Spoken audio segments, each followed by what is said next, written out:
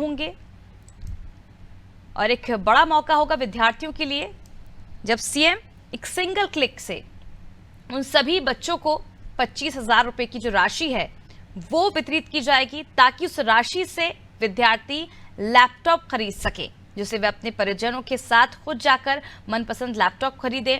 और लैपटॉप की जगह पैसे देने का जो मुख्य उद्देश्य ये रहा है सरकार का कि कहीं लैपटॉप में कोई खराबी निकल आए, ये हजारों की संख्या में खरीदे गए लैपटॉप में अगर भ्रष्टाचार हो गया तो निश्चित ही बच्चों के साथ कहीं ना कहीं धोखा हो जाएगा, जिससे सीएम ने काफी गंभीरता से लिया। और उसके बाद ये निर्णय लिया गया कि 25,000 रुपए प्रत्येक विद्यार्थी के सीधे खाते में डालें। और ये भी कहा गया है कि अगर तुरंत खाते में बैलेंस नहीं पहुंचता है तो आप इससे संबंध में संबंधित जिले के अफसरों को तुरंत शिकायत दर्ज करा सकते हैं, ताकि इस योजना का आपको लाभ मिल सके, किसी तरह की कोई दिक्कतों का सामना ना करना पड़े।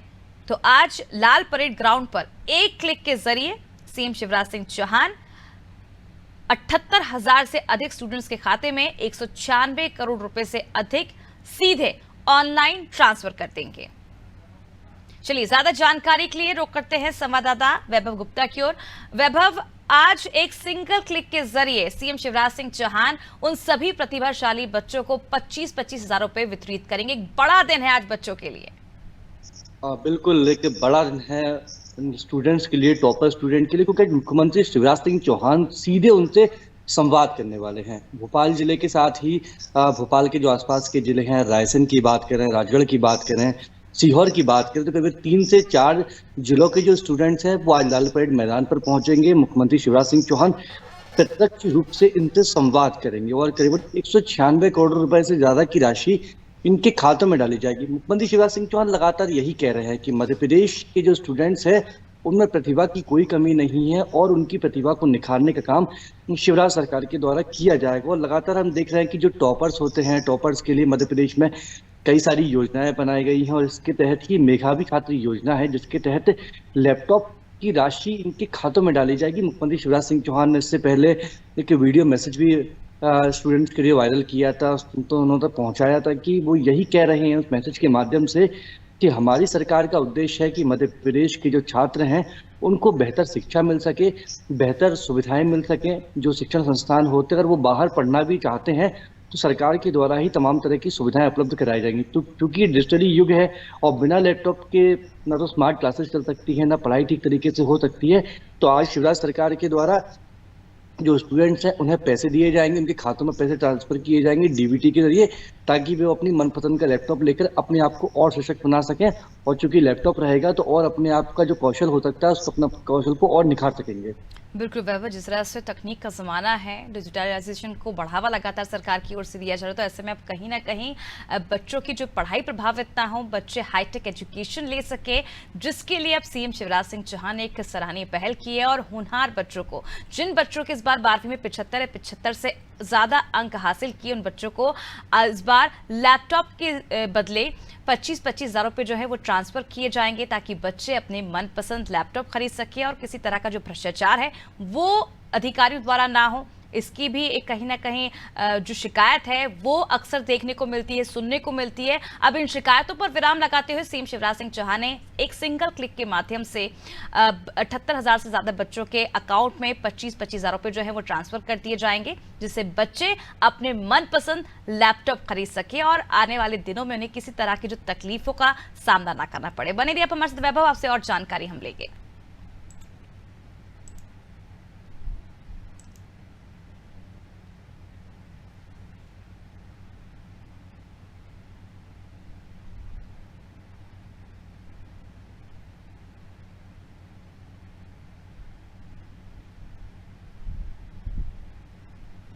चलिए बात करते हैं इस वक्त की बड़ी खबर की, जो कि उज्जैन से मिल रही, जहां सीएम शिवराज सिंह चौहान का जो उज्जैन दौरा रहेगा। उज्जैन कर्नाटक में विकास पथ में शामिल होंगे, हितग्राहियों के सम्मेलन में शामिल होकर उन्हें एक बड़ी सौगात देंगे। नागदा में CM Shivraj Singh Chouhan road show भी करेंगे। दोपहर 1:50 पर भोपाल से सीएम शिवराज सिंह चौहान नागदा के लिए रवाना हो जाएंगे। चलिए एक बार फिर रुक करते हैं विशेष संवाददाता वैभव गुप्ता की ओर। वैभव, आज दोपहर 1:50 पर नागदा के लिए रवाना होंगे सीएम शिवराज सिंह चौहान और ये जानकारी मिल रही है कि आज एक भव्य रोड शो जो है वो किया जाएगा। तो विकास पर्व को लेकर वहां पर किस तरह की तैयारियां जो है वो देखने को मिल रही प्रशासन की ओर से? तो ये जो कार्यक्रम है ये पहले ही जारी कर दिया कि मध्य प्रदेश में विकास पर्व मनाया जाएगा। शिवराज सिंह चौहान इस जिले में जाएंगे, इस तरह के विकास कार्यों को वहाँ को देंगे। तो आज उज्जैन के नागदा जाने वाले मुख्यमंत्री शिवराज सिंह चौहान पूरी हो चुकी हैं। वहाँ पर जन दर्शन कार्यक्रम आयोजित किया जाएगा, जिसके तहत मुख्यमंत्री शिवराज सिंह चौहान का जो रोड शो हम कह सकते हैं कि वो एयर स्ट्रिप फ्लाईओवर से शुरू होगा। इस पर अप्रोच रोड कोटा फाटक पहुंचेगा और फिर बस स्टैंड, किरण टॉकीज, MPEV चौराहा, दीनदयाल उपाध्याय चौक, कन्याशाला चौराहा, थाना चौराहा और पुरानी नगर पालिका ईदगाह, खाचरौत नाका, मुक्तेश्वर महादेव मंदिर तक ये पूरा जन दर्शन कार्यक्रम या फिर कह सकते हैं कि रोड शो रहेगा। इसके बाद जनसभा का आयोजन भी किया जाएगा। बेहद महत्वपूर्ण है कि कल भी हमने देखा था कि मुख्यमंत्री शिवराज सिंह चौहान ने करोड़ों रुपए की सौगातें लोकार्पण किए थे, भूमि पूजन किए थे और बीजेपी कह सकते हैं कि चुनावी साल भी है, स्पष्ट है कि चुनावी साल हो, जिस तरीके से विकास पर्व मनाया जा रहा है तो जनता को करोड़ों की सौगातें मिल रही हैं। मुख्यमंत्री शिवराज सिंह चौहान से सीधा बात करने का मौका मिल रहा है और मुख्यमंत्री शिवराज सिंह चौहान की अगुवाई में ही विकास पर्व मनाया जा रहा है। मुख्यमंत्री शिवराज सिंह चौहान की कोशिश है कि विकास पर्व के माध्यम से प्रत्येक जिले तक उनकी अप्रोच बढ़े, प्रत्येक जिले तक पहुंचकर वहां की जनता से संवाद कर सके। और एक चीज और भी है, जब भी मुख्यमंत्री शिवराज सिंह चौहान विकास पर्व के कार्यक्रमों में जा रही हैं जो पहले से पूर्व निर्धारित हैं, उसके लोकार्पण भी कर रहे हैं, भूमि पूजन भी कर रहे हैं, लेकिन कुछ अलग तरह की सौगातें भी एट अ टाइम ही मुख्यमंत्री शिवराज सिंह चौहान के द्वारा दी जा रही है। तो आज फिर देखने को मिलेगा कि कुछ ना कुछ नया ऐसा करेंगे मुख्यमंत्री शिवराज सिंह चौहान जिसकी पूर्व निर्धारित नहीं। बिल्कुल वैभव, देखने वाली बात होगी कि आज जब रोड शो होगा, जनसभा होगी तो सीएम शिवराज सिंह चौहान एक बड़ी सौगात भी देंगे जनता को, लेकिन इसके साथ ही क्या कुछ नया करेंगे ये भी देखना दिलचस्प होगा, क्योंकि सीएम शिवराज सिंह चौहान हर जनसभा में, हर रोड शो में कुछ ऐसा नया करते हैं जिससे जो उनकी लोकप्रियता है कहीं ना कहीं वो और बढ़ जाती है, उनकी लोकप्रियता में चार चांद और लग जाते हैं। बने रहिए हमारे साथ वैभव, आपसे और जानकारी हम लेते रहेंगे। तो आपको बता दें आज नागदा में सीएम शिवराज सिंह चौहान आएंगे, जहां करोड़ों के विकास कार्यों और लोकार्पण करेंगे। सीएम शिवराज सिंह चौहान व्यवस्थाओं को लेकर तमाम जो तैयारियां हैं वो कार्यकर्ताओं द्वारा की जा रही थी, कलेक्टर लगातार जायजा ले रहे थे और आज एक भव्य कार्यक्रम होगा जहां आज रोड शो भी किया जाएगा। और एक बार फिर अब प्रदेश की जनता को लुभाने का जो प्रयास है लगातार बीजेपी की ओर से चुनावी साल में किया जा रहा है। चलिए अब बात करते हैं अगली बड़ी खबर की, जो कि भोपाल से मिल रही है, जहां राजधानी में तय होगी मध्य प्रदेश की सियासी रणनीति। विधानसभा चुनाव के केंद्रीय नेतृत्व ने कमान संभाली। अमित शाह के बाद जेपी नड्डा भोपाल पहुंचेंगे। 22 जुलाई को भोपाल आएंगे जेपी नड्डा। प्रदेश चुनाव प्रबंधन की बैठक में शामिल होंगे। बैठक के बाद समिति के पदाधिकारियों के नामों की भी आधिकारिक घोषणा की जा सकती है। 23 जुलाई को प्रदेश के दौरे पर अमित शाह भी आ सकते हैं। चलिए ज्यादा जानकारी के लिए एक बार फिर रुक करते हैं विशेष संवाददाता वैभव गुप्ता की। और वैभव, अब देखिए किस तरह से चुनावी साल है और लगातार जो पार्टी आला कमान के नेता हैं वो मध्य प्रदेश का दौरा कर रहे हैं। हाल ही में अमित शाह यहाँ पर पहुंचे थे, शाम के वक्त मीटिंग हुई थी और अब जेपी नड्डा यहाँ पर पहुंचने वाले हैं, जहां जल्द ही ये भी कहा जा रहा है कि समिति के जो पदाधिकारी हैं उनके नामों की जो घोषणा है वो की जा सकती है। क्या समझे किस तरह से घोषणा की जाएगी, क्या कुछ रणनीति होगी ताकि पार्टी के अंदर कहीं ना कहीं जो समन्वय है वो भी बना रहे?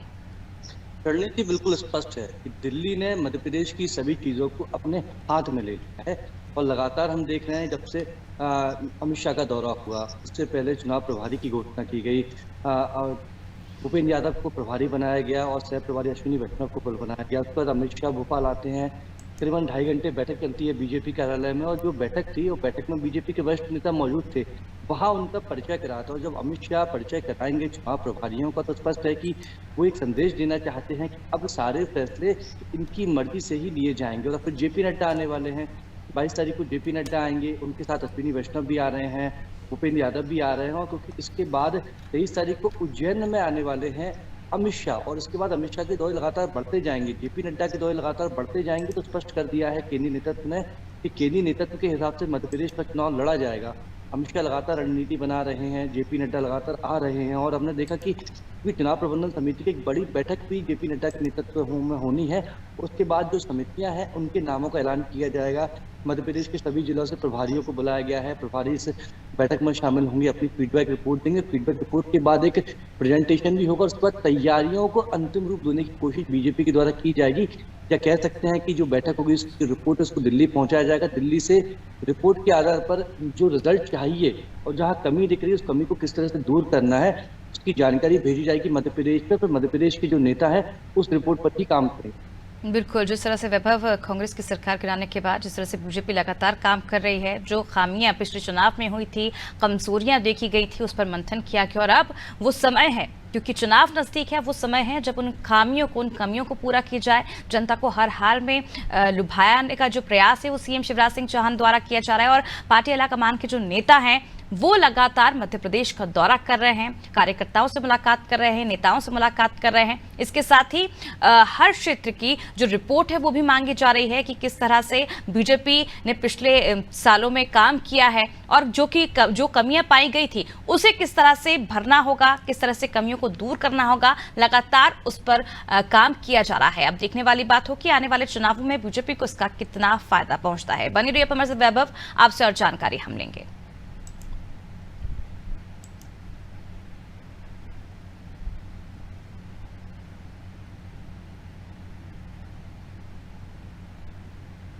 चलिए बात करते हैं अगली बड़ी खबर की, जो कि भोपाल से मिल रही है, जहां निर्वाचन आयोग सीमावर्ती जिलों में चौकस दिखाई दे रही है। 35 जिलों के मुख्य मार्गों पर चेक पोस्ट बनाने के निर्देश जो है वो जारी कर दिए गए हैं। 5 राज्यों की सीमा पर चेक पोस्ट बनाने के निर्देश जारी किए। गुजरात, महाराष्ट्र, राजस्थान, उत्तर प्रदेश, छत्तीसगढ़ की सीमा पर चेक पोस्ट बनाए जाएंगे। मुख्य निर्वाचन पदाधिकारी अनुपम राजन ने निर्देश जारी की। कानून व्यवस्था और सुरक्षा को लेकर यह फैसला लिया गया है। हर सप्ताह आयोग को रिपोर्ट भी देनी होगी। वैभव, जिस तरह से निर्वाचन आयोग सीमावर्ती जिलों में चौकस रह रहा है अब, और ये भी कहा जा रहा है कि कानून व्यवस्था और सुरक्षा को लेकर ध्यान में रखते हुए फैसला लिया गया है, इतनी देरी से क्यों, पहले से क्यों इसके इंतजाम नहीं किए गए? चुनाव में अभी वक्त है। चुनाव की आचार संहिता जब लग जाएगी तो उसके बाद और कड़ी और कहते शक्ति बढ़ती जाएगी। आचार संहिता नहीं लगी और निर्वाचन आयोग अपने हिसाब से समय की जो अवधि होती है उसके हिसाब से काम कर रहे हैं। बेहद महत्वपूर्ण है। मध्य प्रदेश के 35 जिले हैं, उनकी सीमाएं मध्य प्रदेश के 5 पड़ोसी राज्यों से लगती है। प्रदेश, छत्तीसगढ़, गुजरात, महाराष्ट्र, राजस्थान। तो इन जो जिले हैं यहाँ पर अतिरिक्त चौकसी बरतने की जो निर्देश हैं वो पुलिस और आबकारी विभाग को निर्वाचन आयोग के द्वारा दिए गए हैं। मुख्य निर्वाचन पदाधिकारी अनुपम राजन ने निर्देश देते हुए लिखा है कि क्योंकि चुनावी साल है, चुनावी साल में जो पड़ोसी राज्य है वहां से शराब का अवैध रूप से परिवहन होता है, अवैध धन, इसके साथ ही जो शस्त्र होते हैं वो भी कई बार इन सीमावर्ती राज्यों से मध्य प्रदेश में आते हैं। तो यहाँ पर अतिरिक्त चौकसी बरतने की जरूरत, अतिरिक्त चौकसी बढ़ती जाएगी तो जो हम देखते हैं कई बार हवाला के जरिए भी पैसे आते हैं और चुनावों में अवैध धन का ही इस्तेमाल ज्यादा किया जाता है, अवैध शराब की जाती है। तो इन सब गतिविधियों पर रोक लगाने के लिए ही निर्देश दिए गए हैं कि मध्य प्रदेश के 35 जिले जिनकी सीमाएं मध्य प्रदेश की सीमा के से जो 5 राज्य हमसे लगती है वहां पर चौकसी बरती जाए, पोस्ट बनाया जाए और प्रत्येक बिल्कुल वैभव, जिस तरह से असामरिक तत्वों, अवैध मदिरा, अवैध धन, अवैध हथियार, हवाला का पैसा, ड्रग्स, अवैध मादक पदार्थ और अवैध वाहनों सहित अन्य गतिविधियों की रोकथाम के लिए प्रभावी कार्रवाई करने के जो निर्देश हैं वो जारी कर दिए गए हैं। साप्ताहिक रिपोर्ट भेजने के भी निर्देश जारी कर दिए गए हैं। बने रहिए आप हमारे साथ वैभव, आपसे और जानकारी हम लेंगे। तो देखिए, इसके साथ ही उन्होंने सेक्टर पुलिस अधिकारी भी नियुक्त किए हैं और पुलिस अधिकारियों को निर्वाचन संबंधी प्रशिक्षण कराने सहित अन्य बिंदुओं पर पुलिस और आबकारी विभाग के अधिकारियों के साथ चर्चा कर आवश्यक निर्देश भी जारी किए गए हैं। चलिए अब बात कर लेते हैं मध्य प्रदेश के मौसम की, जहां लगातार बारिश का दौर शुरू है और अब मानसून की जो गतिविधियां हैं वो मध्य प्रदेश में बढ़ती हुई दिखाई देंगी। आज से 5 संभागों में भारी बारिश की संभावना मौसम वैज्ञानिकों की ओर से व्यक्त की जा रही है। लगातार भारी बारिश का सिलसिला भी शुरू हो सकता है। बालाघाट, खरगोन, रतलाम, उज्जैन, देवास, मंदसौर, नीमच, सीहोर, नर्मदापुरम, हरदा, गुना, धार में भारी बारिश का ऑरेंज अलर्ट जारी किया गया। नरसिंहपुर, छिंदवाड़ा, मंडला, रायसेन, भोपाल, बैतूल, बुरहानपुर, खंडवा, बड़वानी, अलीराजपुर, झाबुआ, इंदौर, शाजापुर, आगर में येलो अलर्ट जारी किया गया है और आज मानसून की जो गतिविधियां हैं एक बार फिर बढ़ती हुई दिखाई देंगी। चलिए एक बार फिर रुक करते हैं विशेष संवाददाता वैभव गुप्ता की ओर। वैभव, लगातार हम देख रहे हैं मध्य प्रदेश में बारिश का दौर शुरू और अब ये भी कहा जा रहा है, मौसम वैज्ञानिकों की ओर से इशारा किया गया है कि जो मानसून की गतिविधियां हैं अब और बढ़ेंगी मध्य प्रदेश में। हाँ बिल्कुल। जो लगातार मौसम बदल रहा है उसके चलते लोग परेशान भी बहुत हो रहे हैं। अलग वो वायरल के मरीज तेजी से बढ़ते जा रहे हैं। और इस बार का जो वायरल है, जो स्वास्थ्य विभाग कह रहा है कि इस बार का जो वायरल कह सकते हैं वायरस होता है बहुत ज्यादा प्रभावी है। 10 से 15 दिन का वक्त लग रहा है, तो और इसका वीकनेस भी काफी आ रही है। हालांकि मौसम विभाग ने बिल्कुल जो अनुमान जताया उसके बाद भी ग्वालियर चंबल संभाग की हम बात करें, विभिन्न संभाग की बात करें, वहाँ बहुत ज्यादा अच्छी बारिश देखने को नहीं मिल रही। लेकिन मालवा, निमाड़, महाकौशल में अच्छी बारिश हो रही है। कल भोपाल में भी तेज बारिश का दौर हमें देखने को मिला। लेकिन करीबन 21 या 22 तारीख से एक और सिस्टम एक्टिव होगा अमृता, जो कि पूरे मध्य प्रदेश में तेज बारिश कराएगा। ऑरेंज अलर्ट भी जारी किया गया है। उस जो सिस्टम एक्टिव होगा तो करीबन 9 जिले ऐसे रहेंगे जहां पर परिस्थिति बहुत ज्यादा बिगड़ सकती है। तो जिला कलेक्टर्स को पहले ही निर्देशित कर दिया गया है कि जो नदियां उनके स्टेट के कह सकते हैं जिलों से बह रही है, उसके आसपास जो लोग रहते हैं उन्हें पहले ही सचेत कर दिया जाए, ताकि वो सुरक्षित स्थानों पर पहुंच जाए और किसी भी तरह की जनहानि होने से पहले ही बचाया जा सके। चलिए, बहुत बहुत शुक्रिया वैभव तमाम जानकारी के लिए। देखिए, मध्य प्रदेश में अब जो मानसून की गतिविधियां हैं वो बढ़ती नजर आएंगी, क्योंकि एक नया सिस्टम जो है वो एक्टिव होने जा रहा है आज से, जिसके चलते अब 5 संभागों में भारी बारिश की संभावना जो है वो मौसम वैज्ञानिकों की ओर से जारी कर दी गई है। आपको बता दें कि मध्य प्रदेश के 27 जिलों में कभी तेज तो कभी रिमझिम बारिश देखी जा रही है। भोपाल, इंदौर में दोपहर के बाद तेज पानी गिरा था, और जबलपुर में जिस तरह से हमने कल देखा था, बरकी डैम के 5 गेट खोले गए थे। छतरपुर के खजुराहो में करीब 1 इंच बारिश दर्ज की गई थी। नौका, उज्जैन, बैतूल और छिंदवाड़ा में भी जोरदार बारिश हुई थी। और अब मौसम वैज्ञानिकों की ओर से कहा गया कि मध्य प्रदेश में जो मानसून की गतिविधियां हैं अब दिन पर दिन और बढ़ती हुई नजर आएंगी।